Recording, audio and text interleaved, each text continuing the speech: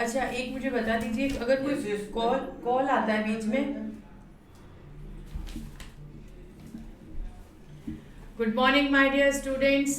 How are you all? I hope you all are fine.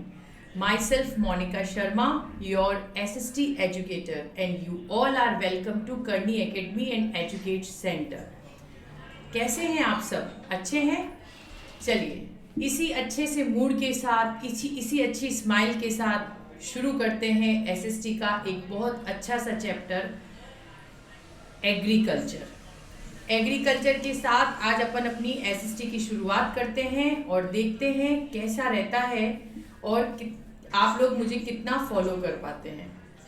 Now tell me what. मेरे बच्चे जुड़ रहे हैं मेरे साथ। शीतल दादी, गुड मॉर्निंग बेटा, how are you? Fine.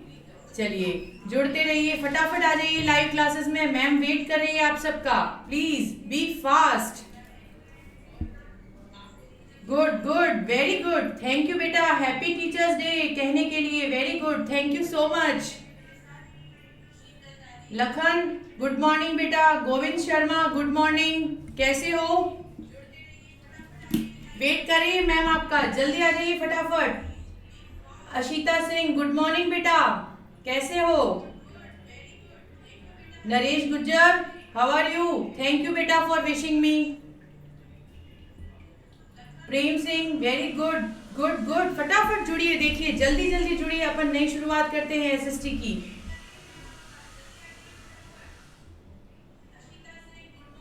Ram Avatar Singh, good morning.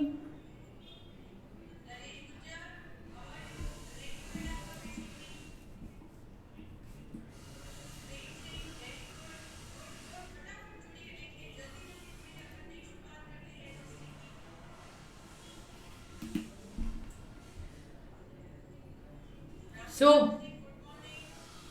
Welcome my dear students, welcome to all.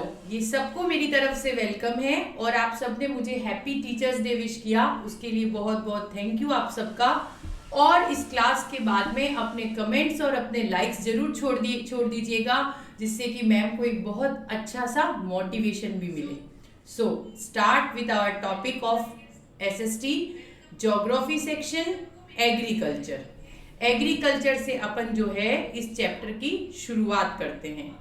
Agriculture chapter तो पढ़ लेंगे अपन, लेकिन उससे पहले एग्रीकल्चर का कुछ बेसिक भी जान लेते हैं कि एग्रीकल्चर वर्ड आया कहाँ से है और इसको ड्राइव कहाँ से किया गया है, इसकी मीनिंग क्या है, इसकी डेफिनेशन क्या है, इसको क्यों इतनी इम्पोर्टेंस दी गई कि अपन क्लास 10th के अंदर SST में इस चैप्टर को पढ़ रहे हैं। सो स्टार्ट करें एग्रीकल्चर।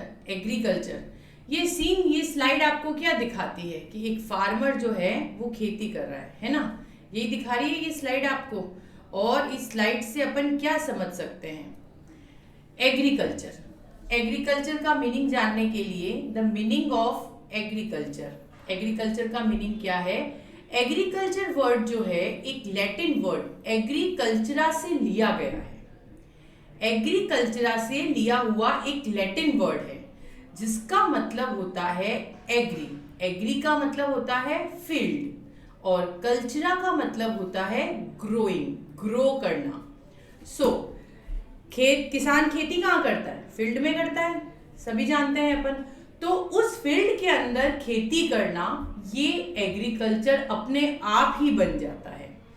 तो एग्रीकल्चरा से लिया हुआ शब्द जो कि अपने को क्या समझाता है कि फील्ड और ग्रोइंग, ये दोनों शब्द जो हैं वो मिलकर एक शब्द बनाते हैं एग्रीकल्चर।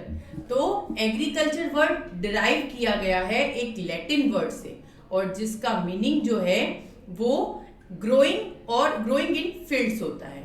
ये देखिए, ये हमारे फार्मर्स हैं, ये एक सीन है, फील्ड का सीन है जिसमें हमारे किसान जो हैं वो बड़ी मेहनत करते हैं।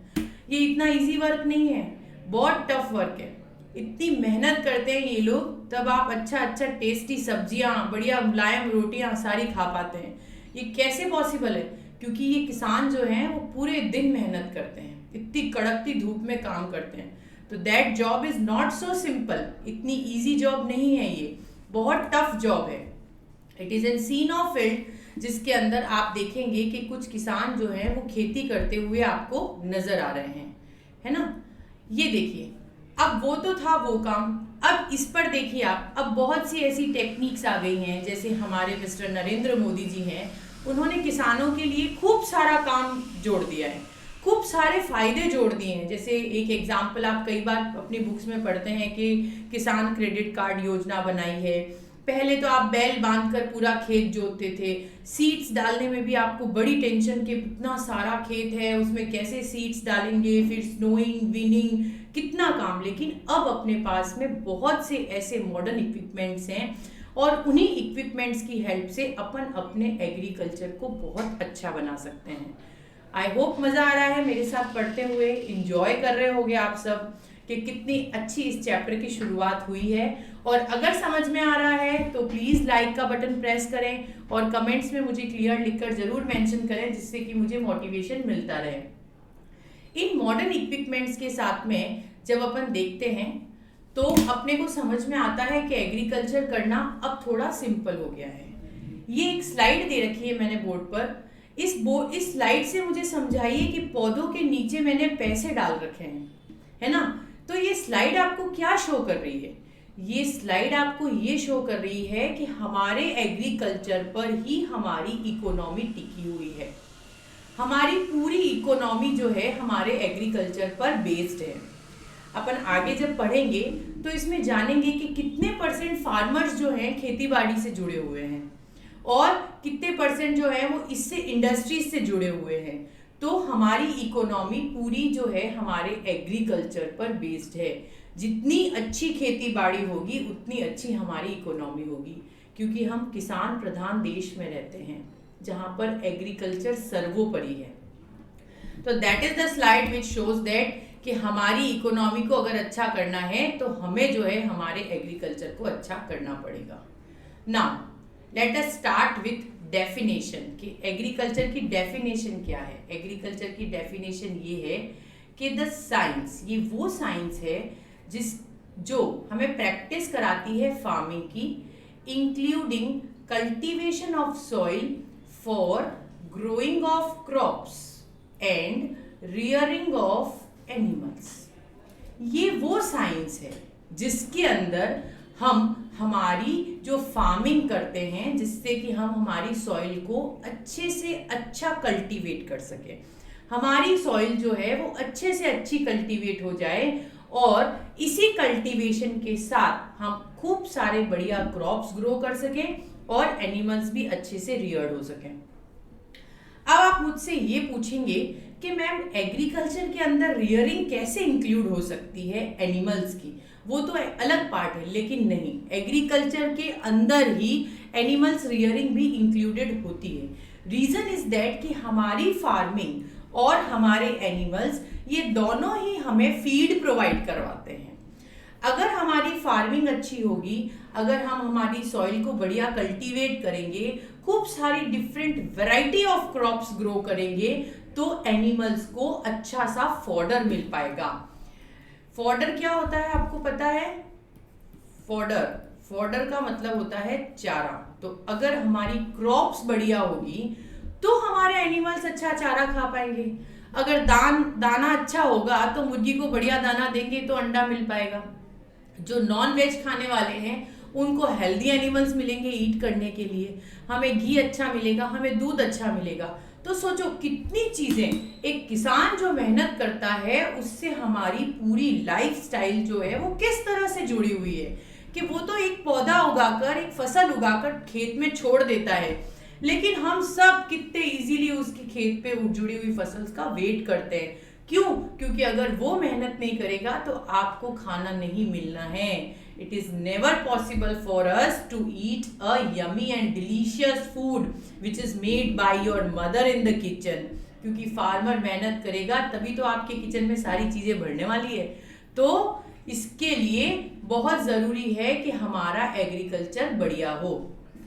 समझ में आ रहा है? मुझे लाइक्स के थंब इंप्रेशन मिलते रहने चाहिए, नहीं तो अच्छा नहीं लगेगा। ये देखिए, ये है एक राइस की फसल, है ना। ये राइस की फसल है। देखिए अब राइस को ग्रो करने के लिए कितना सारा पानी चाहिए होता है।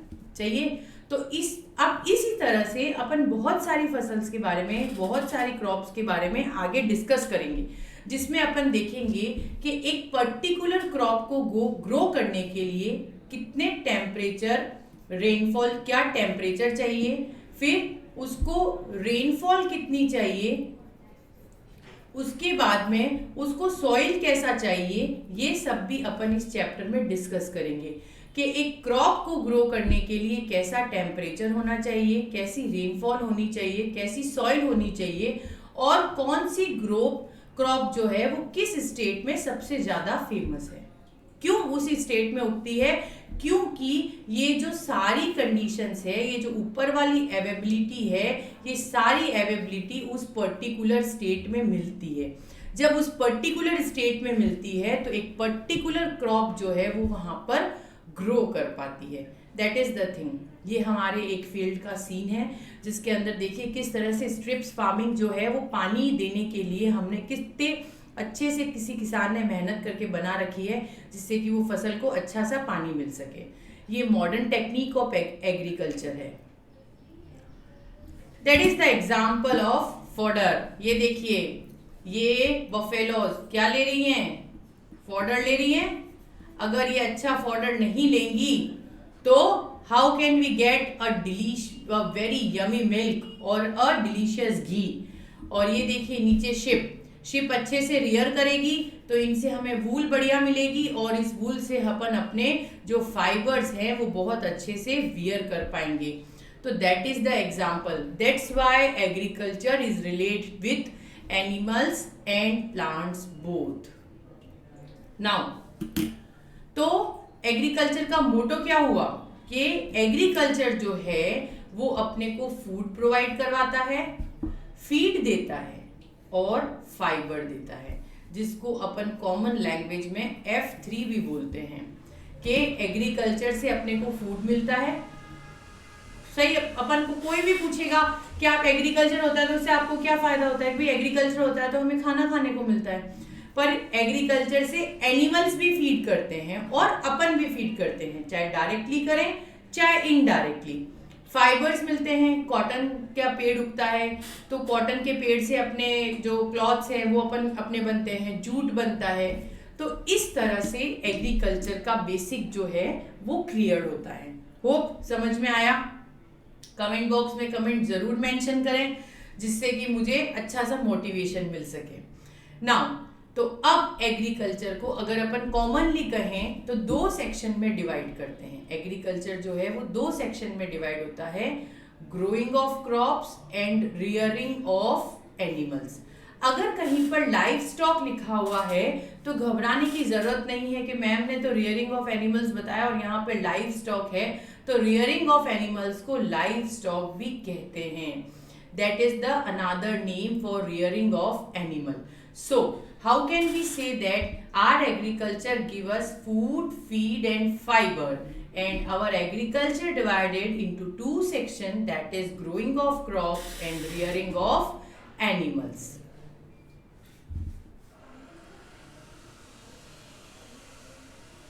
Now, let us discuss some common points. अभी तक तो अपन ने एग्रीकल्चर का बेसिक जाना, अब अपन इसके कुछ कॉमन पॉइंट्स पर आते हैं। इंडिया जो है एक एर्गिन कंट्री है। एर्गिन कंट्री का मीन्स होता है कल्टीवेटेड। इंडिया जो है वो एक कल्टीवेटेड लैंड है जहां पर 54.6% फार्मर जो है वो डिपेंड करते हैं एग्रीकल्चर पर डायरेक्ट फॉर्म में। लुक, सोचो 54.6% फार्मर्स डायरेक्ट फॉर्म में हमारे एग्रीकल्चर से जुड़े हुए हैं और 17.4 जो है वो हमको ग्रॉस डोमेस्टिक प्रोडक्ट्स देते हैं। अपने यहाँ पर जो है अगर 54.6% एग्रीकल्चर डायरेक्ट फॉर्म में हमारे फार्मर्स अगर जुड़े हुए हैं तो वो जो चार्ट अपन ने देखा था जिसके अंदर उस स्लाइड में एक पौधे के नीचे मैंने खूब सारे कॉइन्स रख रखे थे, that is the meaning what कि हमारी इकोनॉमी अगर ये थोड़ा सा भी हुआ तो डिस्टर्ब हो जाएगी, क्योंकि 54.6% हमारी पॉपुलेशन जो है वो एग्रीकल्चर पर डिपेंड करती है। हमारा एग्रीकल्चर जो है इंडिया में आज से नहीं है, अभी अपन ज़्यादा अच्छे से सुनते हैं क्योंकि जो हमारे मिस्टर प्राइम मिनिस्टर जी हैं वो किसानों को बड़ा ही सपोर्ट करते हैं, तो इसलिए अपने को अभी थोड़ा ज़्यादा सुनने को मिलता है। लेकिन एग्रीकल्चर अपने पास आज से नहीं है, 7000 ईयर एगो से है। अपनी वेरी फर्स्ट जॉब है ये एग्रीकल्चर, कि कुछ खाने को नहीं है, कुछ काम करने को नहीं है, तो ईमानदारी से मेहनत से अगर खेती बाड़ी करके कमाया जाए तो कुछ बुरा काम नहीं है। तो 7000 ईयर्स एगो से अपन एग्रीकल्चर से जुड़े हुए हैं। मतलब कि जब मोहनजोदाड़ो, इंदस और सरस्वती सिविलाइजेशन थी तब से, मोहनजोदाड़ो, सरस्वती और इंदस सिविलाइजेशन से अपन जो है वो एग्रीकल्चर पर वर्क कर रहे हैं, एग्रीकल्चर से काम कर रहे हैं। Now the chapter start. समझ में आ रहा है? मुझे क्लियर्स के कमेंट्स नहीं आ रहे हैं, जल्दी से अपने कमेंट्स डालिए उसमें, ताकि मुझे समझ में आए कि जो मैंने बेसिक पढ़ाया वो आपको समझ में आया कि नहीं, कि एग्रीकल्चर क्या है। फटाफट जल्दी से कमेंट्स करिए, मुझे वेट है आप लोगों के कमेंट्स का। Now let us start with the chapter. यहां से आपके चैप्टर की बिगनिंग हो रही है। ओके, बिगनिंग करते हैं इस चैप्टर की अपन अब एग्रीकल्चर की। There are various form of Indian agriculture at present. At present now, अभी के टाइम में अपने पास बहुत से फॉर्म्स हैं एग्रीकल्चर के। These various forms are classified into categories, और यही फॉर्म्स कैटेगरीज में भी डिवाइड होते हैं। और इसी कैटेगरी को देखते हुए और डिफरेंट फॉर्म्स को देखते हुए हम हमारे एग्रीकल्चर्स को सीजन में बांट देते हैं। कैसे? पूरे साल अपन एक ही फसल तो उगा नहीं सकते, it is not possible for us, है ना। और अपनी सॉइल का कल्टीवेशन भी इससे बहुत एफर्ट करता है, तो it is not possible for a farmer to grow a crop throughout the year. तो हमारे किसान भाइयों ने, हमारे एग्रीकल्चर से हमें ये थीसिस से समझ में आता है कि हमारा agriculture according to season 3 crops में बढ़ता है। First is kharif crop, first is our kharif crop, then rabi crop and then zaid. First crop कौन सी है हमारी? खरीफ, और second rabi and then zaid. अब आते हैं अपन खरीफ क्रॉप पर। एग्रीकल्चर को अकॉर्डिंग टू सीजन जब अपन बांटते हैं तो पहली सीजन का क्रॉप आता है खरीफ क्रॉप। खरीफ क्रॉप को जब अपन देखते हैं तो देखते हैं कि अब अपन इसमें पढ़ेंगे कि ये क्रॉप कब ग्रो की जाती है, कब काटी जाती है। इस क्रॉप को स्नोन करने का, उगाने का टाइम होता है जून से जुलाई, और हार्वेस्ट करने का टाइम होता है अक्टूबर से नवंबर के बीच में। इसका एग्जाम्पल आता है राइस, मेज, मूंग, ग्राउंडनट, मूंग, सोयाबीन एक्सेट्रा। देखिए, खेती की साइकिल शुरू होती है जून जुलाई से। अभी अपन आगे पढ़ेंगे तो मैं आपको पूरा बताऊंगी कि कैसे साइकिल पूरी बनती है। अब देखिए, इन क्रॉप्स के साथ में अपने फेस्टिवल्स भी जुड़े हुए हैं। बहुत से फेस्टिवल्स ऐसे हैं जो जुड़े हुए हैं, जैसे राइस, जो ओनम का फेस्टिवल जो है वो सेलिब्रेट किया जाता है। मूंग की दाल जब नवंबर में, दिसंबर में नहीं आती है तो अपन जो है मल मास मनाते हैं, और उसके अंदर मम्मी गर्मा गर्म मूंग दाल का हलवा और मूंग की दाल बनाकर खिलाती है।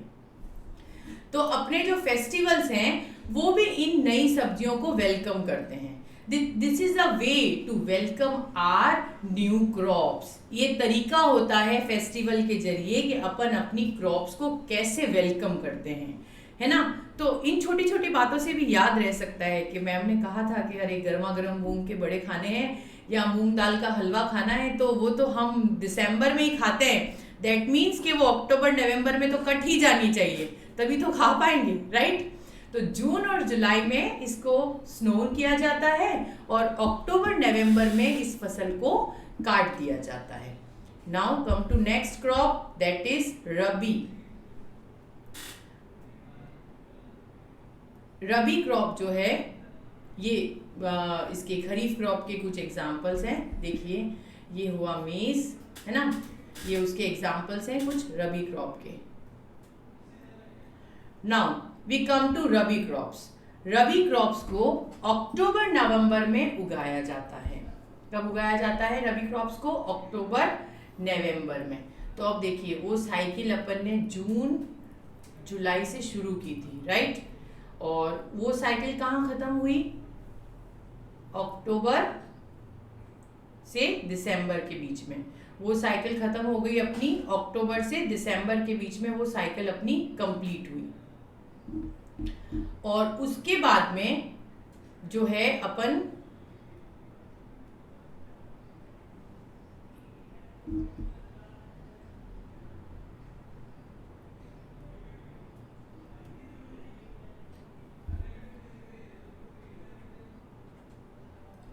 रबी क्रॉप्स में आए तो जून जुलाई से साइकिल शुरू हुई और अक्टूबर नवंबर में ये साइकिल कंप्लीट हुई।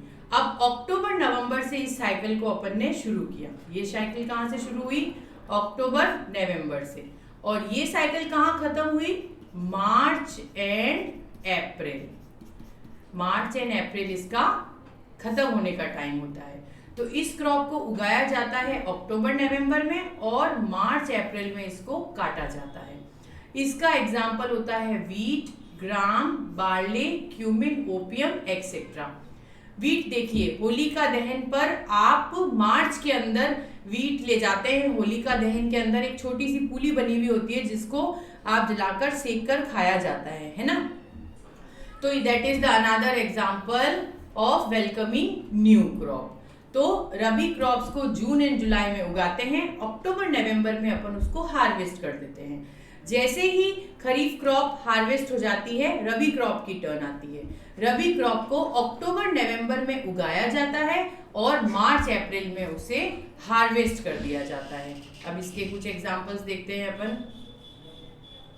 ये देखिए, ये ओपियम की खेती है, ये वीट की खेती है, ये सरसों की खेती है और सरसों का तेल बनता है। पता है खेती करती है तब कितने छोटे छोटे से मॉस्किटोज जो होते हैं वो बिल्कुल फ्लाई करते रहते हैं। तो ये वही टाइम है।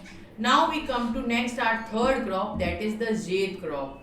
जेद क्रॉप जो होती है वो ग्रीन क्रॉप्स कवर करती हैं, मोस्टली ग्रीन क्रॉप्स कवर करती हैं या फॉडर क्रॉप्स। फॉडर का मतलब मैंने आपको बताया था जो कि चारा होता है।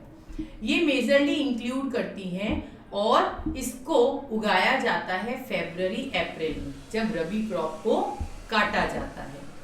जून जुलाई से शुरू हुए अपन, उसको काटा अक्टूबर नवंबर में, फिर अक्टूबर नवंबर में अपन ने रबी को ग्रो किया और उसको काटा अपन ने मार्च अप्रैल में। फिर मार्च अप्रैल में ये रबी का सीजन खत्म हो गया। फिर आए अपन नेक्स्ट फरवरी अप्रैल में, जब अपन ने जेद को उगाया और इसको काटा जून एंड जुलाई में। तो ये साइकिल जो है आपकी पूरी हुई। ये साइकिल बनती है देखिए पूरी, जिसमें कि आप किस तरह से, तो फार्मर खाली तो पूरे साल नहीं बैठता है, किसान पूरे साल खाली नहीं बैठते हैं, काम उनके पास लगा रहता है, लेकिन वो सॉइल को किस तरह से अच्छे से कल्टीवेट कर सके, इसलिए ये जो है अपनी सीजन के अकॉर्डिंग क्रॉप्स को चेंज करके ग्रो करते हैं, जिससे कि अपने को एक तो खूब सारा डिफरेंट टेस्ट जो है अपनी टेस्ट बड्स में डेवलप हो सके और उसके साथ साथ अपनी सॉइल भी कल्टीवेट हो जाए। इसके एग्जाम्पल होते हैं watermelon, bottle guard, cucumber, that is the example. इसके कुछ स्लाइड्स देखें एग्जाम्पल के अपन। ये देखिए, ये इसकी स्लाइड्स है और ये वाटरमेलन किस तरह से ग्रो करता है, तो दैट इज द स्लाइड। तो यहाँ पे अपने तीनों क्रॉप्स क्लियर हुए। समझ में आ रहा है? कमेंट बॉक्स में कमेंट्स फटाफट मेंशन करिए, जिससे कि हमें समझ में आए कि आप लोग समझ पा रहे हैं, अंडरस्टैंड कर पा रहे हैं। लाइक करिए उसे, थंब इम्प्रेशन शो करके मुझे शो करिए, जिससे कि मैं अंडरस्टैंड कर पाऊँ कि आप मुझे फॉलो कर रहे हैं। नाउ अब इसके साथ अपन आते हैं basic form of agriculture method. अब एग्रीकल्चर मेथड के बेसिक फॉर्म्स क्या क्या होते हैं? पहला होता है फूड ग्रेन क्रॉप, दूसरा होता है कमर्शियल क्रॉप, तीसरा होता है प्लांटेशन और चौथा होता है गार्डन। अब एग्रीकल्चर से अपन बिजनेस भी कर सकते हैं। जैसा कि मैंने आपको कहा कि बहुत सी इंडस्ट्रीज जो है वो अपने एग्रीकल्चर से जुड़ी हुई है। तो किसान खेती करता है, फिर वो इंडस्ट्रीज में मैन्युफैक्चरिंग के लिए जाती है, मैन्युफैक्चरिंग से वो डीलर के पास जाती है, फिर शॉप्स पर आती है। तो सोचो पूरी साइकिल किस तरह से चलती है। तो इसी साइकिल को समझने के लिए अपन सबसे पहले फूड ग्रेन क्रॉप्स को समझ लेते हैं कि फूड ग्रेन क्रॉप है क्या। Food grain crops are such crops, वो क्रॉप्स है which are use for eating in the form of food, जो अपन फूड के फॉर्म में लेते हैं कि चावल उगने के बाद साफ हुआ, फैक्ट्री में गया, उसकी पैकिंग हुई और अपने पास खाने को आ गया। तो इसका एग्जाम्पल है rice, wheat, barley etcetera.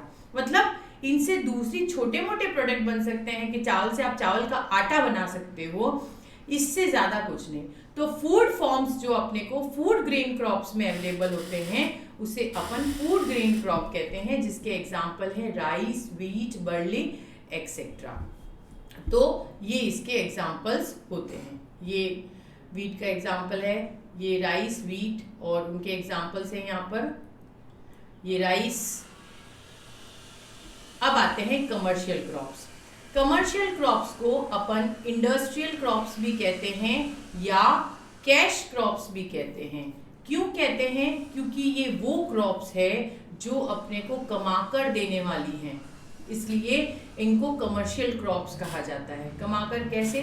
Suppose जैसे इसके एग्जाम्पल्स हैं शुगर केन, तो शुगर केन से शुगर बनता है, राइट।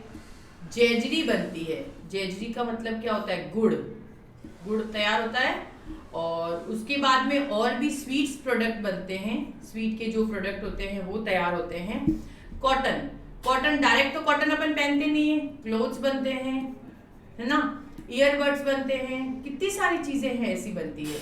जूट, जूट से बैग्स बनते हैं, बहुत सी और एक्सेट्रा खूब सारी चीजें बनती है। तो these crops are grown for commercial purpose, government इनको ग्रो करवाती है जिससे कि आप बिजनेस कर सकें, कमर्शियल बिजनेस कर सकें। कैश क्रॉप्स भी ये कहलाते हैं जिससे कि अपना बिजनेस बढ़ सके। किसान खेत में शुगर केन उगाएगा, फिर उसके बाद वो शुगर केन इंडस्ट्रीज में आएगा। अब किसी की शुगर की इंडस्ट्री है, किसी की जेजरी की है, किसी की और स्वीट्स की है, तो वो पर्टिकुलर सोचो 3 लोगों को बिजनेस मिल रहा है, उन 3 लोगों से आगे डीलर्स को मिल रहा है, उन डीलर्स से आगे शॉपकीपर्स को मिल रहा है। उसी तरह से कॉटन है, तो कॉटन डायरेक्ट तो होगा नहीं, कॉटन से भी क्लोथ्स बनाने के लिए उसको डाई एंड ड्राई किया जाएगा, तो उस तरह से। जूट है तो जूट की भी बहुत सी चीजें मार्केट में अवेलेबल होती है जिससे कि अपन अपने बिजनेस को आगे प्रोसीड कर सकते हैं। ये इनके एग्जाम्पल्स हैं। देखिए ये कॉटन, ये बिजनेस शो करते हुए कि किस तरह से जो है अपन पैक्ड होके अपने पास आता है। उसके बाद आते हैं अपन प्लांटेशन क्रॉप्स पे। Plantation crops, these are the such crops which are grown in large plantation, मतलब इनकी खेती जो है वो छोटी तादाद में नहीं होती, सैकड़ों की तादाद में होती है और ये यूज किए जाते हैं ड्रिंक्स पर्पस के लिए, जैसे टी, कॉफी एक्सेट्रा। टी और कॉफी जो है वो प्लांटेशन क्रॉप्स के एग्जाम्पल हैं। इनसे भी बिजनेस होता है, ऐसा नहीं है। टी एंड कॉफी से भी बिजनेस होता है, लेकिन plantation drink specially for drinks purpose होते हैं, इसलिए इनको अलग कैटेगरी में अपन डिवाइड कर देते हैं। ये देखिए ये टी है, कॉफी का भी एग्जाम्पल है मेरे पास, ये coffee. Now garden crops, garden crops में आते हैं fruit and vegetables. Fruit and vegetables जो भी अपने होते हैं वो सब गार्डन क्रॉप्स में इंक्लूड किए जाते हैं। ये कुछ एग्जांपल्स हैं अपने पास वेजिटेबल्स के, और नेक्स्ट एग्जांपल है अपने पास फ्रूट के, कीवी, मैंगो, प्लम्स, ये सारे इसके एग्जांपल्स हैं। नाउ वो the industries which are based on agriculture material, ये कुछ एग्जांपल दे रखे हैं मैंने, जैसे मैंने आगे अभी आपसे डिस्कस किया था, उसमें देखिए sugar industry, cotton industry, jute industry, vegetable oil industry, vegetable oil में सोयाबीन, ठीक है, ग्राउंडनट, सरसों, है ना, और उसके बाद में टी इंडस्ट्री और coffee industry. These are the industries. ये इंडस्ट्रीज हैं जो अपने एग्रीकल्चर के, और भी छोटी मोटी बहुत से ऐसे बिजनेस हैं जो सब एक दूसरे से आगे कहीं ना कहीं लिंक करते हैं और अपनी गवर्नमेंट को इनसे बिजनेस मिलता है।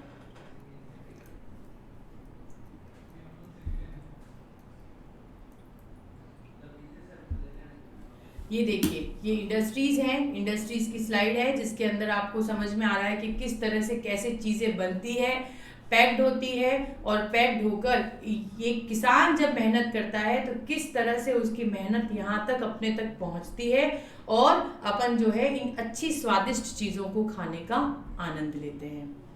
होप करती हूँ कि मैंने जो आज आपको समझाया वो आपको समझ में आया है, और मुझे आप लोगों की लाइक्स और कमेंट्स का बिल्कुल इंतज़ार रहेगा, जिससे कि मुझे भी मोटिवेशन मिल सके। अपन ने आज एग्रीकल्चर का बेसिक और जो है इसको चैप्टर का थोड़ा इंट्रोडक्शन पढ़ा है। कल की क्लास में अपन इस चैप्टर को आगे कंटिन्यू करेंगे। आप अपने स्कूल चैनल को ज़रूर से सब्सक्राइब करें, करनी एकेडमी को, और इस वीडियो को प्लीज़ जितना हो सके उतना शेयर करें अपने फ्रेंड्स को और सबको बताएं। Thank you so much from my side, Monika Sharma.